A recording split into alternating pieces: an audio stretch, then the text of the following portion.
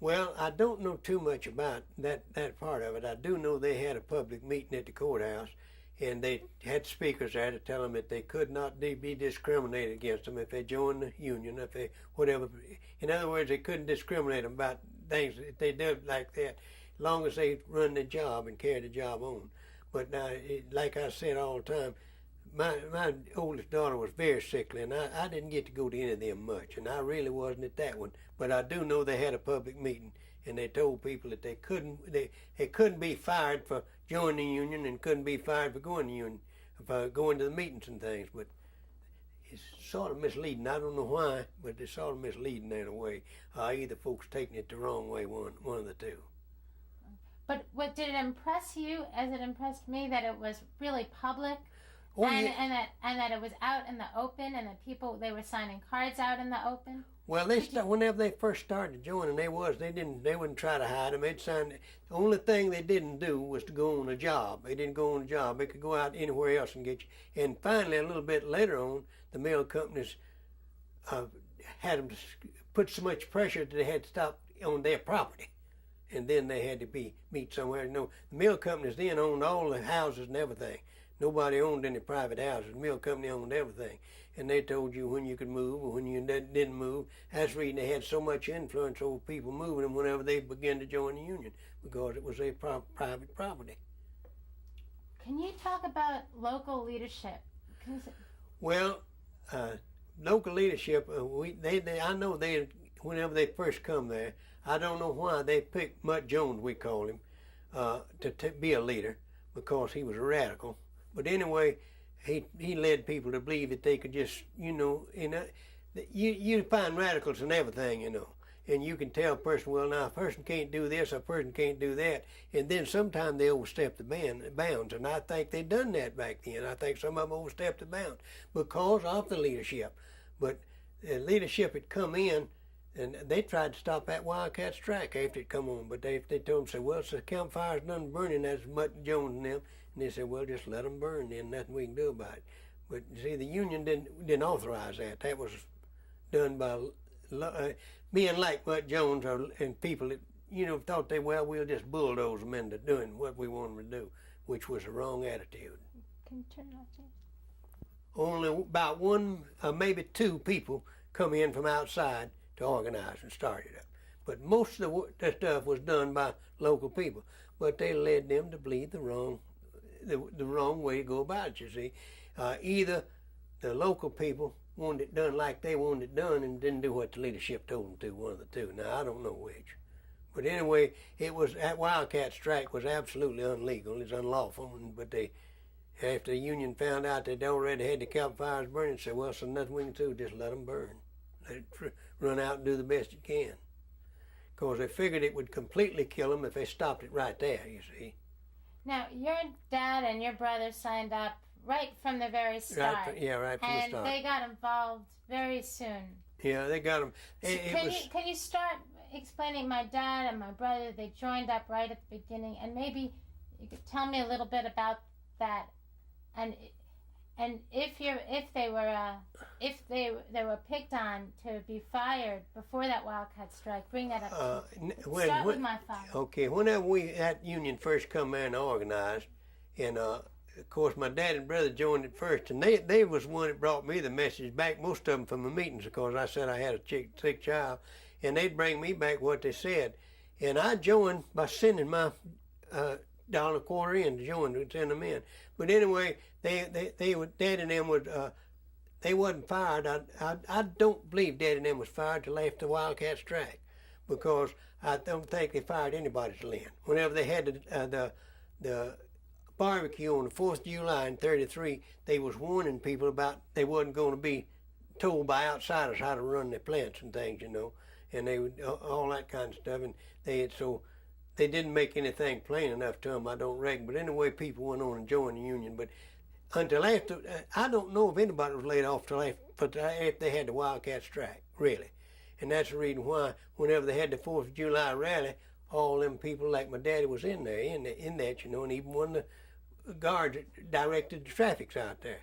But anyway, they give them the wrong impression, I think, from the very start. I think what the the union done, the representative come there, picked the wrong local people for leadership. Of course, they didn't know, you know, they're picking somebody that they thought would do the job, but they picked the wrong people. And I think Jones was one of the wrong people they should have picked. I don't think he should have ever been picked to be a leader of the union. Okay. Russell, U.S. Senate, you say, I knew Russell, or I knew about him, or whatever. Yeah. And then you say, Dear Mr. Russell, this is a letter from Odessa Johnson. Yeah. You say, and I knew her. I did, yeah. Okay. So you start with Honorable Richard B. Russell, U.S. Senator. New speed. All right, sir.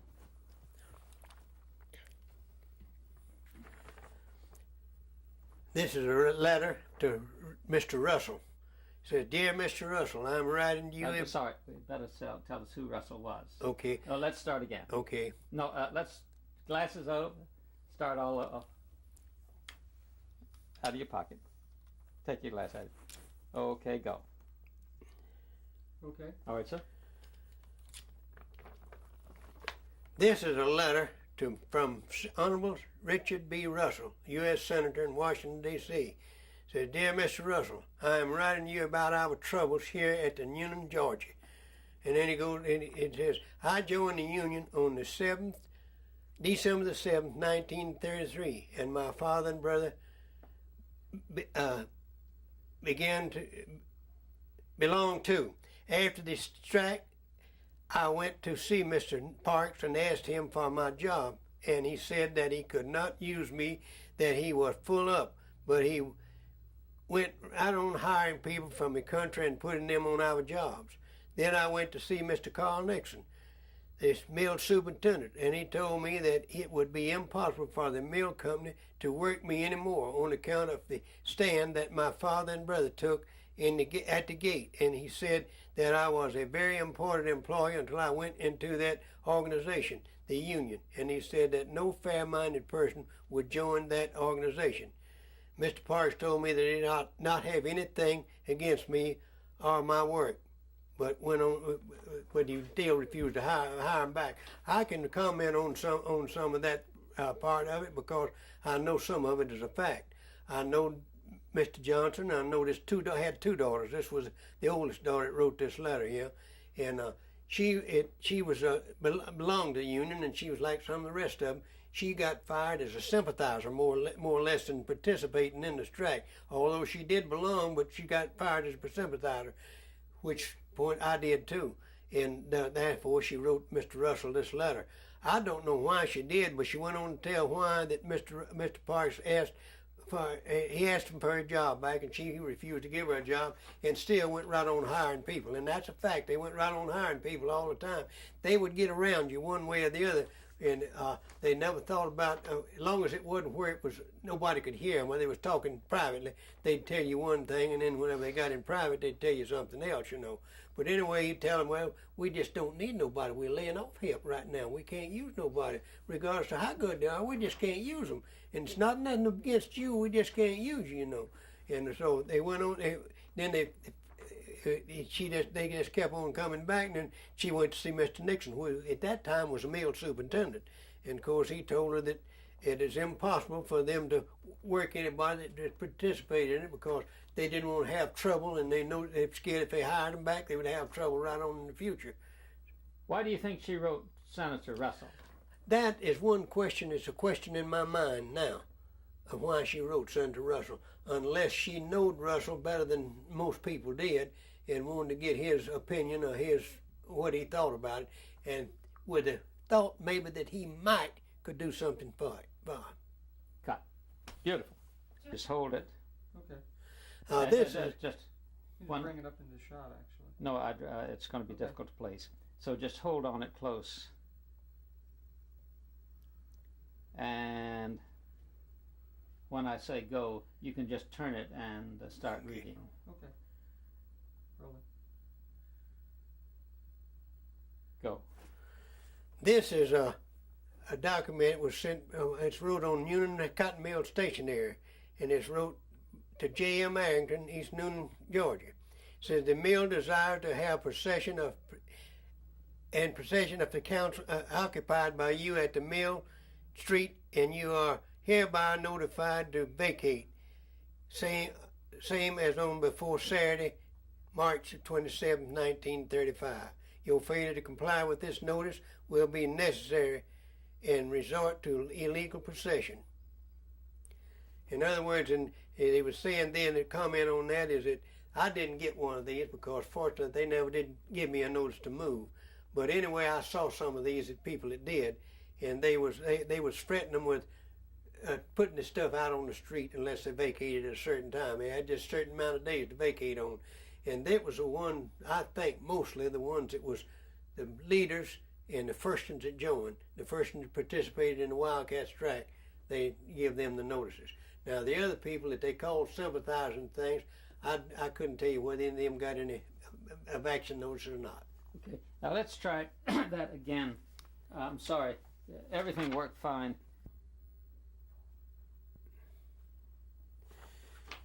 This is a document from Union Cotton Mill Company. It's March the 12th, 1935, and it's to J.M. Arrington.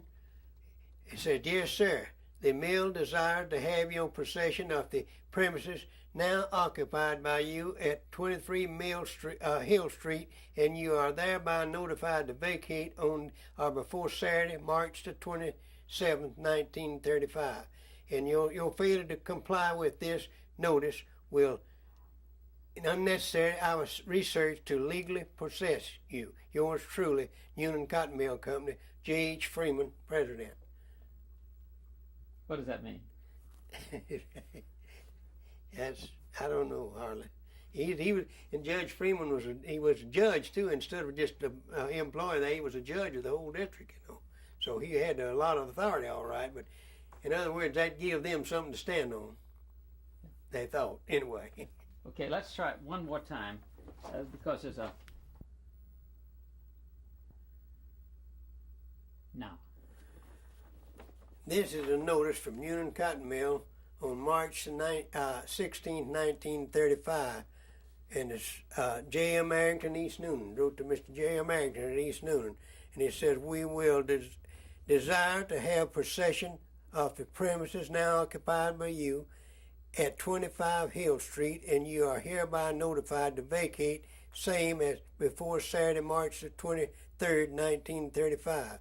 Your failure to comply with this notice will necessitate our We need to stop, George. It's not working. resort to..." Okay, man was... That wrote this. No, the man Arrington, yeah. who Arrington was. Okay. Speak. Now. This is a document from Union, Georgia, March 16, 1935, to Mr. J.M. Arrington, which was one of the leaders in the organizer of the Union there, and one of the first ones that they lay off, one of the ones that was tried and laid off. He says, "Dear Sir, we will desire to have possession of your premises now occupied by you at 23 Hill Street, and you are hereby notified to vacate on or before March 23rd, 1935. Your failure to comply with this notice will necessitate our resort to legal possession. Yours truly, Union Cotton Mill Company, signed by J.H. Freeman, Judge of Superior Court in Union, Georgia. And President of the mill." what does that mean? Well, that means he was in the driver's seat, I presume. I mean, he was in the driver's seat. What he said went with most everybody. And what were they trying to do there? They were trying to dispossess people that had participated in the strike, in the Wildcat strike, and in other words, they was really their main purpose was to discredit the Union and stop it from being organized. Beautiful. Okay. I think that does it, Judy. I have a couple. I have a question about the old acquaintance reunion Uh-huh. and some. 35. Just saying, after 35, we never had a union in East Noonan, and tell why. Okay.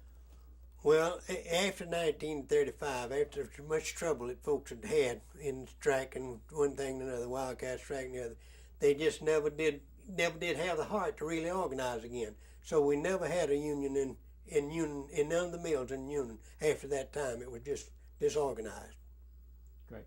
Okay, now jumping almost 50 years later, Okay. 60 years later, could you tell about why you have the reunion and what it does? That East Noonan reunion, Yeah. they call it. I don't know. They just we had that East Noonan reunion. It started in, I don't know what year it started now. I can't recall. But anyhow, the main purpose was, at that time, it wasn't for any organized labor or anything else. It was just an old acquaintance reunion, something to try to draw the people that had been at East Noonan. We was a family at East Noonan for years and years. And they wanted to draw them back together because that union, that labor stuff, it split people up and moved them off. And they just wanted to draw the people back together and see if we were still the same people, if we still love one another like we always did. And I think they found that they did. I think most of them was lovable. Okay, I want you to do that again a little, just to smooth it out a little bit, because this is so important for us. Yeah, okay. And it's the old acquaintance reunion. Could you use the old acquaintance reunion? Because Okay. we're using that. Okay. Okay, let's try it one more time. Okay. Okay. Well, just say that we never had a union, but 50. Actually, it started 26 years ago, wasn't it? Something like that. Okay. But it said 26 years ago we Yeah. all decided to get back. Yeah. How it? Okay, let's try it. Okay, Jamie. Okay. Okay, and whenever the union was broke up in 1935, and the people began to disperse and go to different places, and then later on, somebody got the idea that we would have an old acquaintance reunion, and they sought about a place to find, and a bunch of us that lived at Hogansville, Georgia, we had a private club, and we give them permission to have the acquaintance union there. So that's where the old acquaintance reunion started. And they sent out, they wanted to see if people still loved one another like they did maybe years ago. And they found out people hadn't changed much, although the trouble and hardships they went through actually brought us closer together. Made us, I think I never seen that, and I enjoyed it any better than I did that first old acquaintance reunion. And it was mostly from people that had worked at East Noonan Cotton Mill. And that's what it was for, the old acquaintance reunion. And it stood till 5 or 6 years ago, and finally, well, it's still going some, but I mean at that particular place, it stood 5 or 6 years ago, and then the club was sold, and they moved it to Sharpsburg. I'm sorry, one more time. Speed. Okay. Whenever the old acquaintance reunion was formed back in the 30s, so anyhow, it was several years, 35 years ago, something like that. They was people that was participated in all these strikes and things, and they got together and decided they wanted to bury the hatchet and all get back and be friends like we used to do and see if they was. And that was the purpose, the old acquaintance reunion. And they found a place in Hogansville, Georgia. It was a club, and they give them privilege to have the meeting there. And for several years, we had wonderful meetings there, and people had forgot the past and realized that we was living now and not in yesteryears. We're living now and not back for years ago. And we found out that there wasn't any hardship, at least I didn't see any hard feelings on anybody's part from the very first reunion we had on down now. So I think they reunited and we're still one people again. Now, in some places, they've gotten that feeling simply by nobody talking about the Yeah. past. There, we found that people could talk about the past. How do Yeah. you feel about people just hiding the past or talking frankly about the past? Well, now my first opinion about talking about anything that's in the past, I think if you err, it's the best thing you can do. Because I don't think that anything that you bottled up on you is going to get larger and larger. And if you talk it out, even in a death, anything else, if you talk it out, you find out that's the best way out of it. And we found out that we wasn't mortal enemies, we still friends regardless of the side we taken in the distraction thing, regardless. Beautiful. Okay, let's strike. Great. That's wonderful. Okay. Hang on. Oops, don't go too You want to say whose house this is? This is 92 Greenville, which is the supervisor's house. This is the house of Mr. Freeman. Mr. Freeman. This is the house of Mr. Freeman, who won't let you have mustaches. President of the East Noonan and Noonan Cotton Mill. President of the East Noonan Cotton Mill.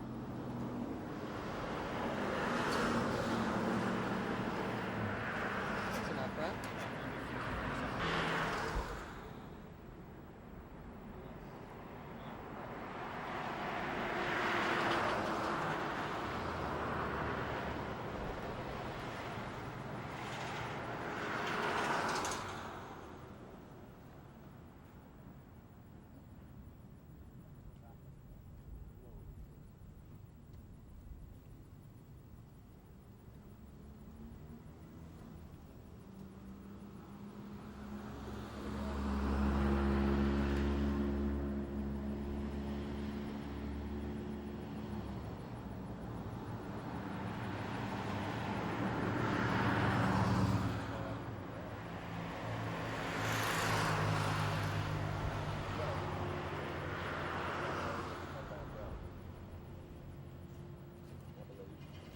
Whose house is this, George?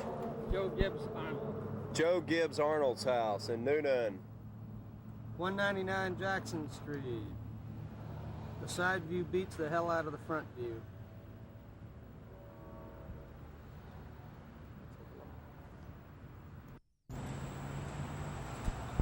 This is the Ellis Peniston house, number 80 Jackson Street, Noonan, Georgia.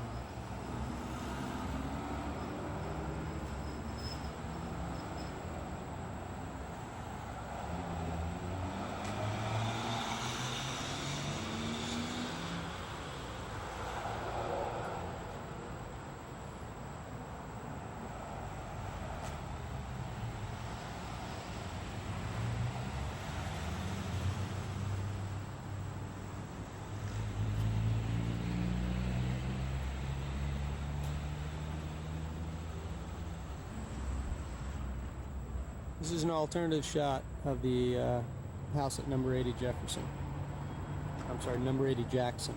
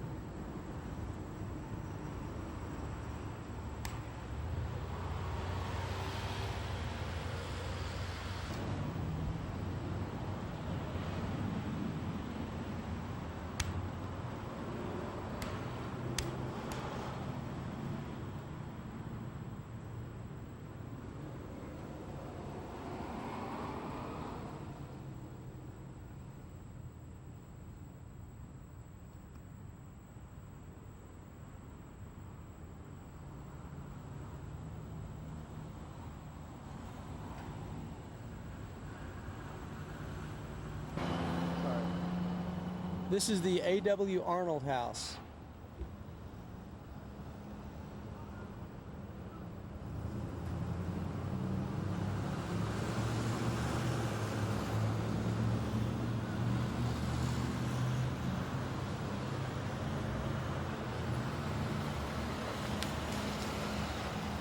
I'm not gonna walk.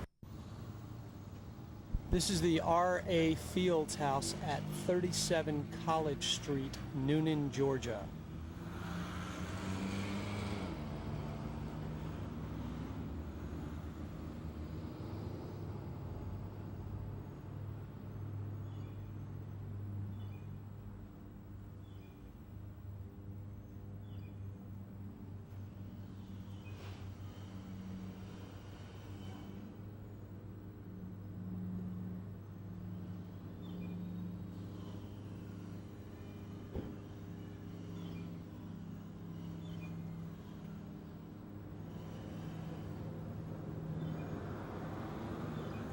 Wanna do another mock commercial?